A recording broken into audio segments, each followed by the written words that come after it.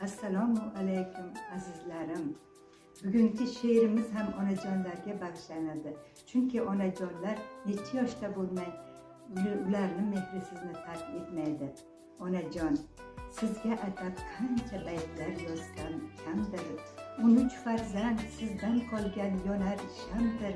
Sizni yig'lab eslash shirin g'amdir. Mening uchun topilmas bu gavhar onam.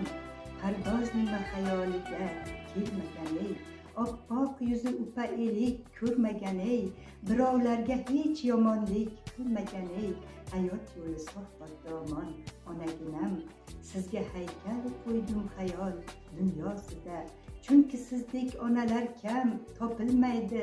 Aytardingiz haq qo'lini tutgin bolam, ikki dunyo uning boshi chopilmaydi.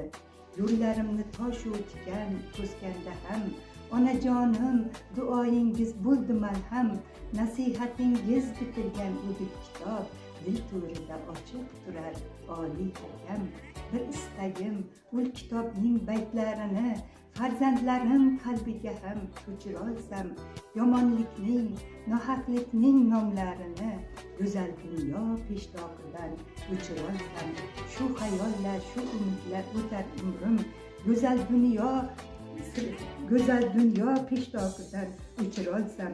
Shu orzular, shu xayollar o'tar umrim, orzularim tutqich bermas, sabrim tugar, sochlarim oq, umrim ajin ko'ylak bikar. Bilmam qachon orzularim bular tugar. Ortga boqdim taskin asta tutar qo'lim, go'zal o'tgan kunlarim yoritar yo'lim. Goh o'zgalar tushunmasa o'jar dilim, azobidan yurakginam tilim. Varaqlayman asta xayol kitobidan va izlayman bitilgan nur sabog'ingiz. Dilginamni yoritadi ul oftobday, o'zim misli quvoshdaman noxitobday. Og'ir kunda sabog'ingiz najot bo'lib, sog'ayaman onajonim bo'lsam bemor. Barchasiga ming ehtirom ta'zim aylab, ushbu she'rni bitdi qizingiz Zulxumor. Rahmat azizlar.